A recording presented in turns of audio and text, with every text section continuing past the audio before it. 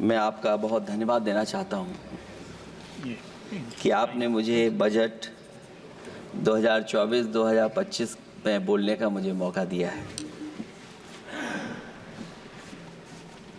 इस सरकार का लगातार ये 11वां बजट है। 11वें बजट के बाद भी नाउम्मीदगी दिखाई दे रही है और सरकार में हैं तो सरकार के लोग तो अच्छी बात करेंगे ही। न केवल नाउम्मीदगी दिखाई दे रही है बल्कि जो चेहरों पे खुशी होनी चाहिए थी सरकार बनने के बाद, वो चेहरों पे उतनी खुशी नहीं दिखाई दी।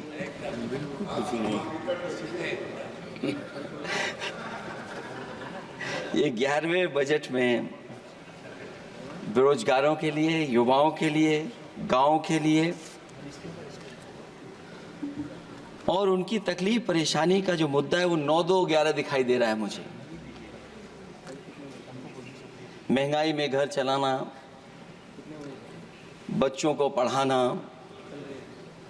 और घर के बड़े बुजुर्गों की दवा इलाज से लेकर के महंगाई का जो सामना करना पड़ रहा है, ये बातें परिवार वाले बखूबी जानते हैं।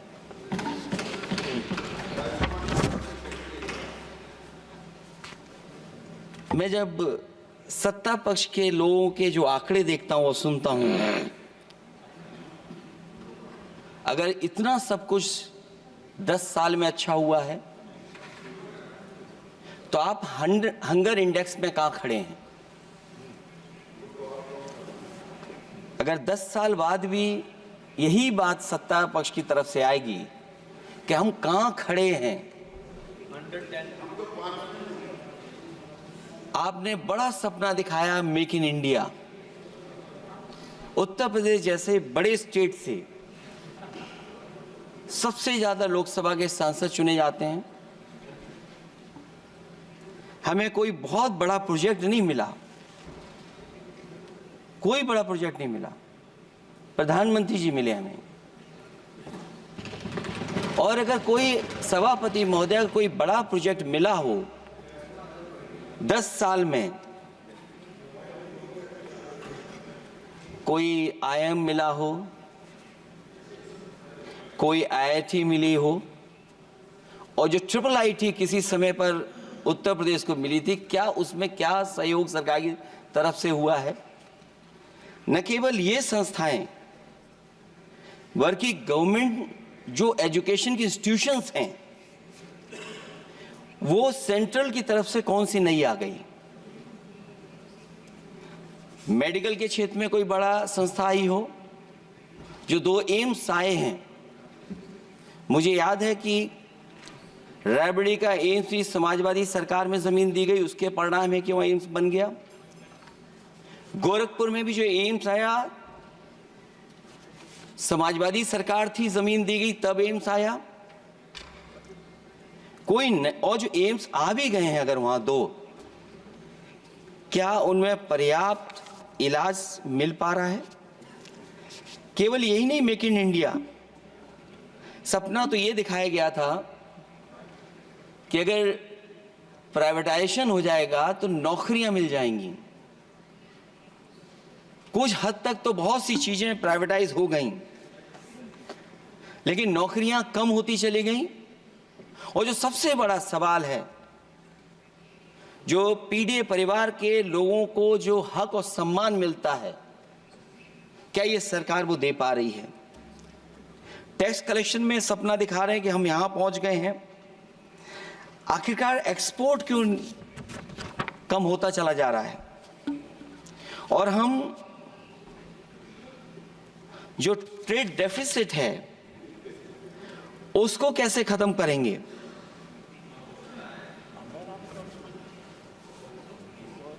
दस साल में अगर हम वहीं के वहीं खड़े हैं और कोई ऐसा कुछ न दिख रहा हो और परिणाम जो रिजल्ट आए हैं यूपी के, उसमें दिखाई दे रहा है कि आपने कितना काम किया है। सभापति महोदय, अगर ये सब कुछ अच्छा किया होता तो क्या परिणाम ऐसे आए होते? जहां हारे ही नहीं हैं आप, सीटें ही कम नहीं हुई हैं। देश के प्रधानमंत्री जी भी वोट से हारे हैं, वोट से हारे हैं। जो कभी 5 लाख तक जीतना था जिन्हें, या 10 का टारगेट बनाया था, कितने से जीते? तो कम से कम इन चीजों को तो देखें। मैं जब सुनता हूं सत्तापक्ष लोगों को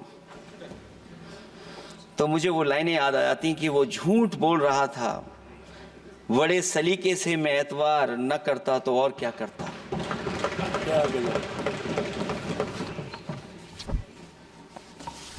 मुझे याद है कि देश के प्रधानमंत्री जी ने जनकपुर में एक झंडा दिखाया था और उस बस में 35 लोग बैठ करके अयोध्या आए थे। सभापति महोदय, उस समय भी मैंने मांग की थी कि जहां से जनकपुर से यात्रा शुरू हो रही है और अयोध्या तक बस से लोग आएंगे तो पता नहीं कितने घंटों में आएंगे। मैंने मांग की थी कि वहां से लेकर के अयोध्या तक एक्सप्रेसवे बनना चाहिए कि कम से कम जो जनकपुर से आए और अयोध्या दर्शन करने आ रहे हैं और बस से आ रहे हैं, कम से कम उनकी तकलीफ परेशानी तो कम होती। जो आप कहते हैं कि एफडीआई बहुत आया है, मैं अभी सुन रहा था, कहा कि टेलीफोन बनने लगे। टेलीफोन बन नहीं रहे हैं, मोबाइल बन नहीं रहे हैं।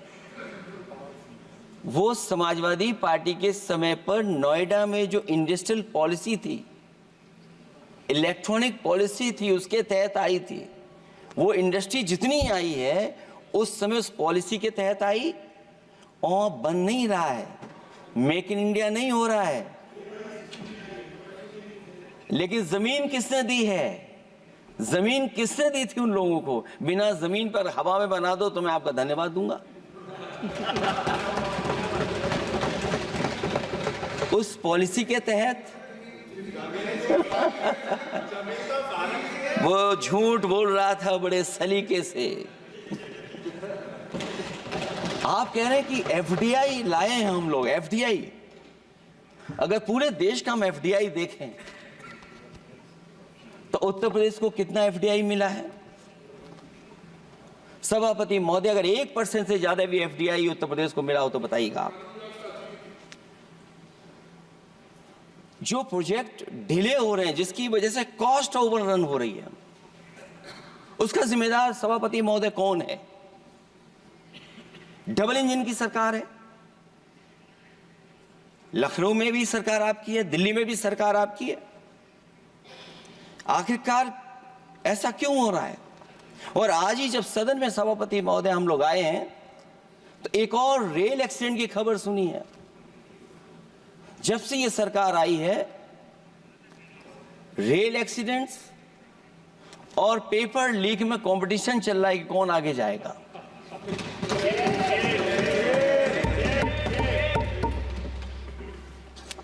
मैं तो अखबारों में पढ़ता था सभापति महोदय कि तोड़ फोड़ करके ये सरकार बनाते हैं। अभी एक सदस्य पिछली बार वो तोड़ फोड़ कर करके शायरी भी बनाने लगे हैं। जो प्रोजेक्ट और जिस प्रोजेक्ट के लिए प्रधानमंत्री जी एयरफोर्स का सबसे बड़ा हवाई जहाज हरकुलिस विमान लेकर के आए थे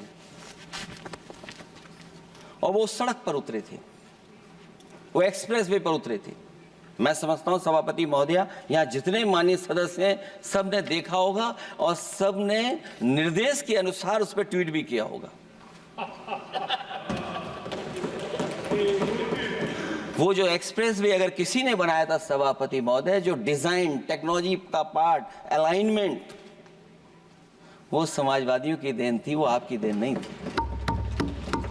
ये बात मैं इसलिए कह रहा हूं सभापति महोदय, क्योंकि इस बजट में सरकार चलाने के लिए आपने पैकेज दिया है।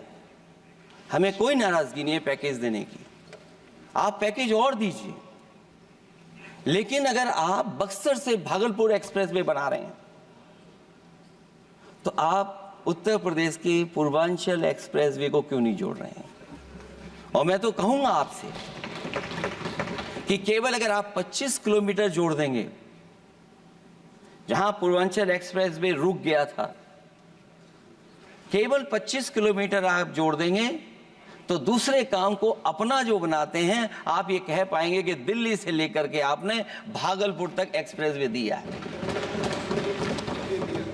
हाँ जी, वो अभी से नहीं, बहुत पहले से बन रहा है। बहुत पहले से बन रहा है। मैं ये नहीं कहना चाहता कि क्या दिया आपने, मैं ये कहता हूं कि अगर आप बक्सर से भागलपुर एक्सप्रेसवे दे रहे हैं केवल बिहार के लोगों को खुश करने के लिए, मैं उससे सहमत हूं कि आप बिहार की तरक्की के लिए एक्सप्रेसवे दें, लेकिन जो पखनपुरा जो आखिरी गांव है जहां पर छूट गया है, वहां से आप क्यों नहीं जोड़ रहे हैं? और हमारे स्टेट के लिए आप कोई नया एक्सप्रेसवे क्यों नहीं दे रहे हैं? आप हमारे लिए क्यों नहीं दे रहे हैं एक नया एक्सप्रेसवे?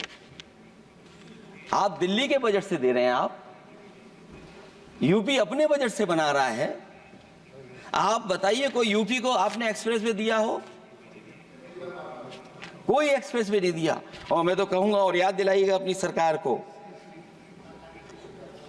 एक बुंदेलखंड एक्सप्रेसवे बना था, अभी बताएंगे आपको उसका भी। सभापति महोदय, एक बुंदेलखंड एक्सप्रेसवे दिया सरकार ने, उत्तर प्रदेश सरकार ने, वो दिल्ली के बजट का नहीं है। मैं मांग कर रहा हूं कि दिल्ली के बजट से कोई एक्सप्रेसवे मिलना चाहिए। जो बुंदेलखंड एक्सप्रेसवे दिया, प्रधानमंत्री जी उद्घाटन कर करके वापस लौटे। अब रिपेयर का पैसा कौन देगा? वो आज भी रिपेयर मांग रहा है। सभापति महोदय, कोई कल्पना कर सकता है कि नया एक्सप्रेसवे बना हो जिसका प्रधानमंत्री जी ने उद्घाटन किया हो, वो आज रिपेयर मांग रहा हो?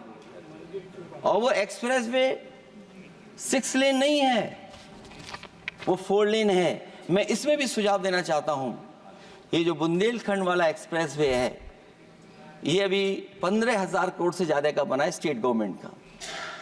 इसको मुनाफा नहीं हो रहा, टोल कलेक्शन नहीं है बहुत ज्यादा। इसको सतना से जोड़ दिया जाए और बुंदेलखंड जहां से शुरू हो रहा है हमारे डिस्ट्रिक्ट इटावा से कम उसको हरिद्वार तक ले जाना चाहिए। अगर हरिद्वार से लेकर के सतना लोग चले जाएंगे तो शायद बुंदेलखंड के लोगों को भी लाभ होगा। और सबसे बड़ी बात है सभापति महोदय, दिल्ली और लखनऊ मिलकर के उन एक्सप्रेसवे की सेफ्टी से और उसकी डिजाइन से खिलवाड़ कर रहे हैं। जो इंडियन रोड कांग्रेस कहती है, जो डॉक्यूमेंट कहता है, वो ये कहता है कि मीडियन सड़क का 12 मीटर से लेकर के 14 मीटर होना चाहिए। आप जाकर के देख के आइए, जो पूर्वांचल वाला बना है उसका मीडियन कितना है? क्या भविष्य में आपने चलने वालों की सेफ्टी के साथ खिलवाड़ की है कि नहीं की है? ये आपको विचार करना पड़ेगा। जिस समय लद्दाख और चीन को लेकर के सवाल उठा था सभापति महोदय, उस समय पॉलिटिकल पार्टी से सुझाव मांगे गए थे और सुझाव ये मांगे गए थे कि आप क्या सुझाव देना चाहते हैं। तो उस समय जो सुझाव समाजवादी पार्टी ने दिया था, वो सुझाव ये था कि लिपू लेक से लेकर के आपके ग्वालियर तक 6 लेन हाईवे बनना चाहिए। कभी जरूरत पड़ने पर सीमाओं पर हमारी फौज का आना जाना जल्दी हो जाए। और मुझे याद है, जो अखबारों में मैंने पढ़ा था, सरकार ने उसको स्वीकार कर लिया था कि 6 लेन हाईवे बनेगा वो। लेकिन जब टेंडर की बात आई तो सुनने में आया कि वो 4 लेन बनने जा रहा है। और अभी जब वो काम हो रहा है, जब काम मैंने दोबारा उसको देखा तो पता लगा कि डबल लेन पेव शोल्डर बन रहा है। सोचिए, कहां 6 लेन बनाने की बात थी, आप डबल लेन पेव शोल्डर बना रहे हैं। और पता नहीं कौन उस हाईवे को डिजाइन किसने किया है डिजाइन, कि जितने भी कस्बे उसके आसपास पड़ रहे हैं, कस्बे वाले अब नाला कहां से बनाएं, घर ऊंचा करें कि सड़क को तोड़ें। बहुत सारे कस्बों को वो समस्या के संकट में डाल दिया है सरकार ने।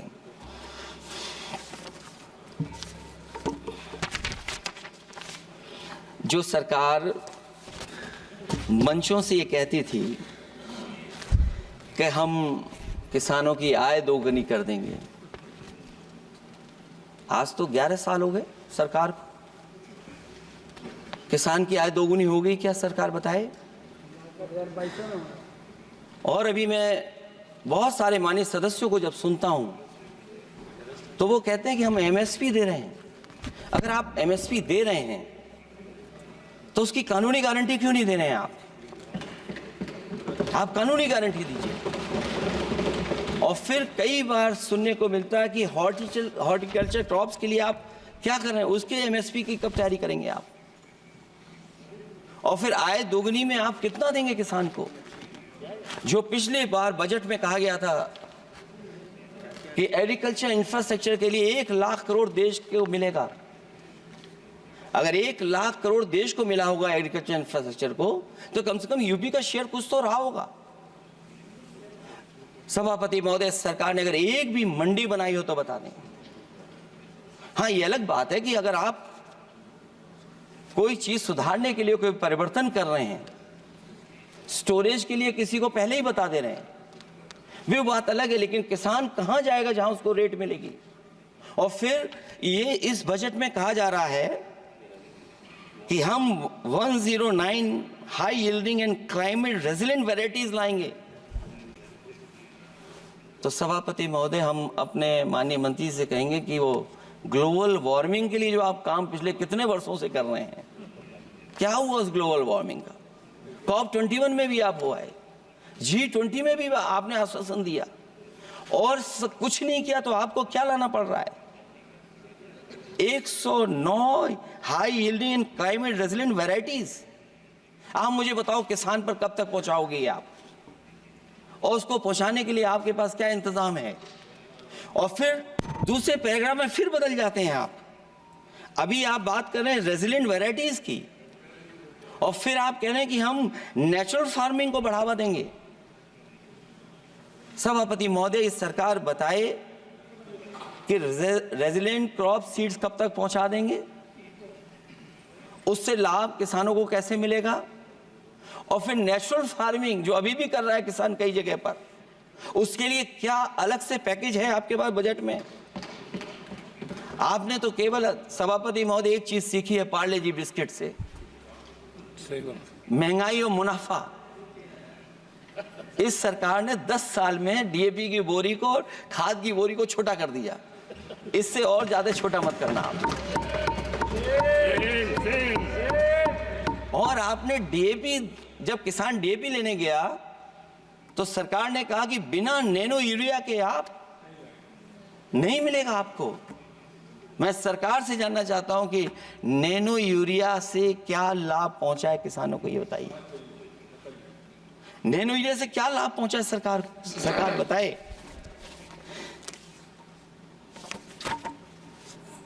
हमारे यहां बड़े बड़े आयोजन हुए सभापति महोदय, इन्वेस्टमेंट मीट के बड़े बड़े आयोजन हुए इन्वेस्टमेंट मीट के, और 5 लाख करोड़ के एमओयू साइन हो गए। 5 लाख करोड़ के। मैं ये सभापति महोदय, बजट हमारी क्या मदद कर रहा है उत्तर प्रदेश के उद्योग लाने के लिए? और ऐसे आयोजन हुए जिसमें देश के प्रधानमंत्री आए, देश के राष्ट्रपति आए और देश के जितने बड़े उद्योगपति सब आए थे। लेकिन आज यूपी को क्या मिला वहां पर? किसानों के लिए एग्रीकल्चर सेक्टर में बड़े बड़े एमओयू हुए, लेकिन आज जमीन पर कुछ नहीं दिखाई दे रहा है। मुझे याद है समाजवादी सरकार में, क्योंकि देश का सबसे ज्यादा उत्पादन दूध का अगर कहीं हो रहा है तो उत्तर प्रदेश में हो रहा है, और उस उत्पादन को बढ़ावा देने के लिए और इन्वेस्टमेंट लाने के लिए उस समय की सरकार ने फैसला लिया कि अगर बाहर से भी कोई डेयरी या डेयरी प्लांट लगाना चाहेगा तो उसमें सरकार सहयोग करेगी। और परिणाम ये हुआ कि गुजरात की 3 अमूल प्लांट लग गए यूपी में। तो मैंने उद्घाटन किए, एक देरी से हुआ तो देश के प्रधानमंत्री जी ने किया। लेकिन उसके बाद कोई नया प्लांट आया हो तो बता दें। जो अमूल से पुरानी संस्था है, क्या उसका सहयोग कुछ करेंगे आप लोग? क्या आप पराग का सहयोग करेंगे कुछ? न केवल दूध उत्पादन में उत्तर प्रदेश आगे है, बल्कि चीनी में और गन्ने की पैदावार में भी कभी आगे कभी पीछे होता है। किसानों को भरोसा दिलाया गया था कि उनकी भी आय दोगुनी हो जाएगी, उनको भी बहुत सुविधाएं दी जाएंगी, बिजली फ्री दी जाएगी।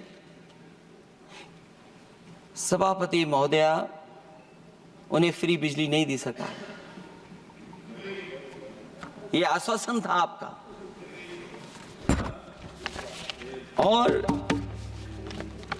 आज अगर उत्तर प्रदेश पिछड़ इसलिए रहा है क्योंकि सबसे महंगी बिजली अगर कहीं कोई पा रहा है तो उत्तर प्रदेश पा रहा है। और मुझे याद है, क्योंकि बात ये मुझे इसलिए कहना चाहिए, बीजेपी के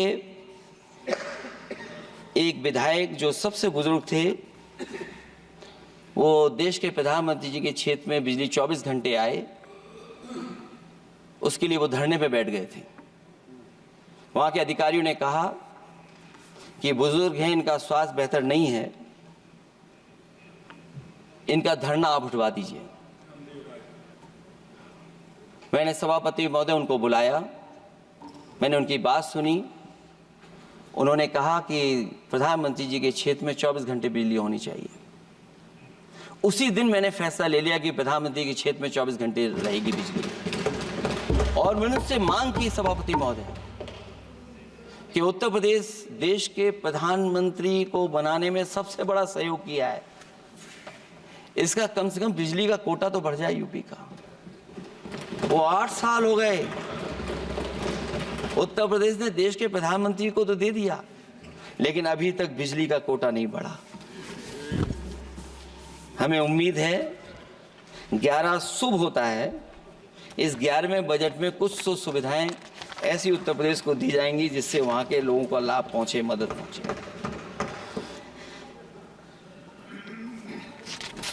जहां किसान आत्महत्या कर रहा है,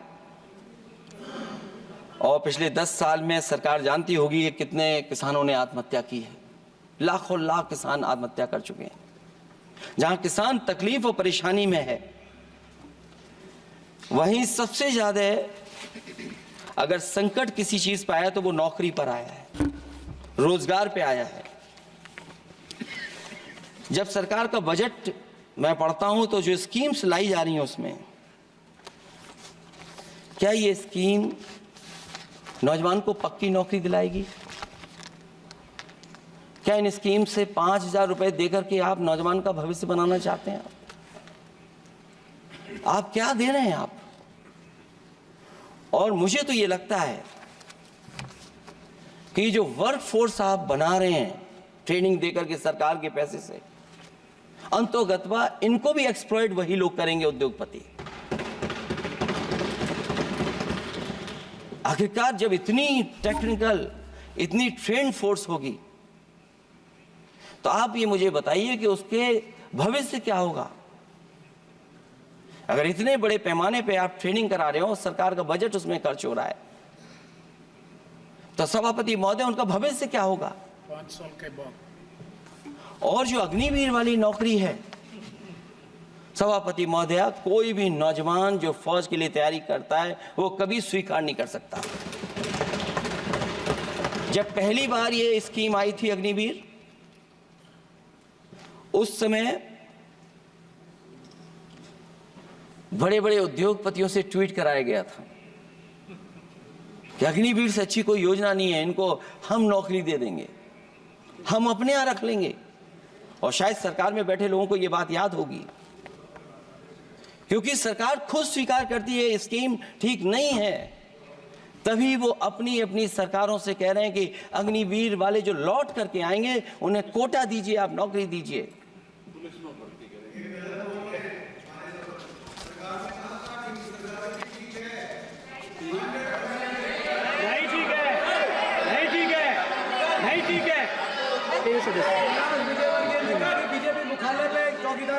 सभापति महोदय, मैं बैठ जाता हूं, आप खड़े होकर के कह दीजिए अग्निवीर व्यवस्था अच्छी है। मैं इस सभा में खड़े होकर कहता हूं, उस राज्य से तो हिमाचल प्रदेश से जिसने पहला परमवीर चक्र विजेता मेजर सोमनाथ शर्मा दिए, कारगिल के युद्ध में सबसे ज्यादा शहीद होने वाले हिमाचल प्रदेश के वीर नौजवान थे। 4 परमवीर चक्र विजेता हुए, उसमें से 2 कैप्टन विक्रम बत्रा और सूबेदार संजय कुमार हिमाचल प्रदेश से हुए। और मैं कहता हूं, जी हां, जो लंबे समय से मांग थी 1 रैंक 1 पेंशन की किसी सरकार ने पूरी नहीं की, वो नरेंद्र मोदी जी की सरकार ने यहां पर पूरी की है। और मैं एक बात और कहता हूं, अखिलेश यादव जी सुन ले, अग्निवीर में 100% एम्प्लॉयमेंट की गारंटी है और रहेगी। माननीय सदस्य साहब अपनी बात। सभापति महोदय, जो मैंने बहुत छोटा सवाल पूछा था,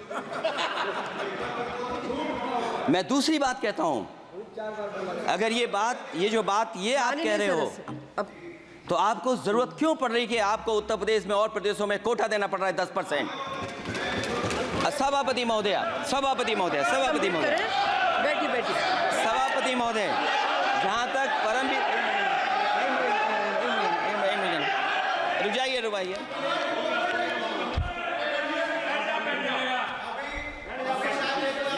अरे सुनने दो। माननीय सदस्य आप अपनी सभापति महोदय, सभापति महोदय, चैल जानते हैं आप कहाँ हैं? चैल जानते हैं आप कहाँ हैं? कभी गए हो मिलिट्री स्कूल में? मैं खुद मिलिट्री स्कूल का पढ़ा हूँ। और आप परमवीर चक्र की बात कर रहे हो, तो हम भी तमाम नाम गिना सकते हैं कि कितने परमवीर चक्र उत्तर प्रदेश में। आपस में चर्चा न करें। ये सभापति महोदय, ये सभापति महोदय, जी 1 मिनट से भी कम, मैं आपके सामने कहना चाहता हूं, ये तो केवल मिलिट्री स्कूल गए हैं। मैं आज भी टेरिटोरियल आर्मी के 124 रेजिमेंट में कैप्टन के रैंक पे अपनी सेवाएं दे रहा हूं। अखिलेश जी, केवल ज्ञान मत बांटिए, राहुल गांधी जी के साथ बैठकर अब वहां बुलाने का झूठ बोलने की आपको आदत पड़ गई। प्लीज बैठिए, प्लीज। माननीय सदस्य से मैं आग्रह कर रही हूं, आप अपनी बजट पर चर्चा करें। सभापति महोदय, आपका समय पूरा हो गया है, मैं प्लीज कंप्लीट करिए। सभापति महोदय, मैं इसलिए नहीं कह रहा, मैं क्या बात कहना चाहता हूँ, शायद मंत्री जी नहीं रहे इसलिए तकलीफ परेशानी ज्यादा है। और आप, अरे हमारा दर्द नहीं समझोगे, हम आपका दर्द चेहरे से पढ़ते हैं। अच्छा, दर्द मैं बताता हूँ, माननीय सदस्यों से मैं आग्रह कर रही हूँ, सभापति महोदय, दर्द मैं बताता हूँ, आप बजट पर चर्चा करिए। प्लीज बजट पर चर्चा करिए। दर्द मैं बताता हूं, देखिए दर्द बात पहुंचेगी कि नहीं पहुंचेगी। सभापति महोदय, उत्तर प्रदेश से जब से हारे हैं तब से कोई नमस्कार नहीं कर रहा है। तकलीफ वो है आपको। कंप्लीट करिए। वो वीडियो हमने देखा है कि कोई किसी को नमस्कार नहीं कर रहा है, कोई किसी को देख नहीं रहा है। चलिए, धन्यवाद माननीय। और जो अपने आप को बहुत ताकतवर कहते थे आप अपने आप को, जिसने हराया उसको नहीं ये हटा पा रहे हैं। अब बात समझ में नहीं आई ना? माननीय जिसने हराया उसको नहीं हटा पा रहे। और अगर सभापति महोदय, अग्निवीर व्यवस्था समाजवादी लोग स्वीकार ही नहीं कर सकते। आप बजट पर पूरा अपनी बात रखिए। सभापति महोदय, अग्निवीर स्वीकार नहीं कर सकते। आप अपनी जब भी हम सत्ता में आएंगे, साल 2 साल, ये चलने वाली सरकार नहीं है, गिरने वाली सरकार है, याद रखना। माननीय सदस्य, और देखिए, आप क्यों नहीं समझ रहे हो? साइकिल हमारा चुनाव चिन्ह है, साइकिल ही आपको सरकार चलवा रही है। जिस दिन साइकिल हट गई, आप कहां बैठे मिलोगे? और दूसरे हमारे साथी हैं जो हमें लेकर के यहाँ लाए थे, माननीय हम यहाँ सदस्य से मैं छूट गए, आग्रह वो कर रही चले हूँ, गए वहाँ। कंप्लीट करिए। सभापति महोदय, मैं दो तीन बातें कहता हूँ यूपी को लेकर के मैं मांग करता हूँ। कंप्लीट करिए आप। सभापति महोदय, चंबल एक्सप्रेस वे बनना चाहिए, क्योंकि देश का सबसे बड़ा एक्सप्रेस वे जो 1 लाख करोड़ का बना है वो दिल्ली मुंबई से है, और यूपी को क्यों नहीं जोड़ रहे हैं आप? गंगा को लेकर के सब चिंतित हैं। गंगा की सफाई अभी नहीं हुई है। जो बजट गया पता नहीं कहाँ चला गया, किसी को नहीं पता। जैसे पानी बहा वैसे ही बजट भी चला गया। दूसरा, क्योंकि मंत्री जी बैठे हैं, वो जानते होंगे मंत्री जी कि देश की सबसे अच्छी लाइन सफारी बनी है इटावा में, और उस लाइन सफारी को बनाने में हम लोगों को बहुत समय लगा, क्योंकि एक लाइन सफारी, एनिमल सफारी अगर बननी हो उसको बनाने में बहुत टाइम लगता है, बहुत जगह से परमिशंस लेनी पड़ती हैं। हम लोगों को परमिशंस नहीं मिली, और क्योंकि वो प्रोजेक्ट अच्छा है, एशियाटिक लाइंस की ब्रीडिंग शुरू हो गई वहाँ पर। ये सरकार इसलिए नहीं शुरू करना चाहती है क्योंकि वो समाजवादियों ने बनाई है। पहली बार देश में एशियाटिक लाइंस पैदा हो रहे हैं। नहीं, वहाँ पर इटावा में पहली बार हो रहे हैं, और वो इसलिए नहीं शुरू कर रहे हैं। और वो शेर मैं बता दूं आपको, शेर आया था कि कोई और आया था, वो कहानी मैं नहीं पढ़ूंगा यहाँ पर। फिर मैं बोल दूंगा तो फिर कहोगे कि क्या बोल दिया मैंने, इसलिए मत बुलवाइए तो ही अच्छा है। कि कुछ तो धन्यवाद माननीय सदस्य, धन्यवाद। कुछ मत बुलवाइए मुझसे। सभापति महोदय, मैं ये कहना चाहता हूँ कि लाइन सफारी, एनिमल सफारी उस क्षेत्र की, यूपी की प्राइड है वो, कि पहली बार ब्रीडिंग सेंटर एशियाटिक वहाँ पर बन गया है। दिल्ली की सरकार और यूपी की सरकार मिलकर के उसको शुरू नहीं होने दे रही है। मुझे उम्मीद है कि उसको शुरू करवा देंगे आप। और आखिरी में मैं कहता हूँ, चलते चलते आप 2 लाइनें कहता हूँ। बुनियाद को नकार कर जो इमारतें उठाएंगे, हम भी देखते हैं वो किस मंजिल तक जाएंगे। धन्यवाद। बहुत बहुत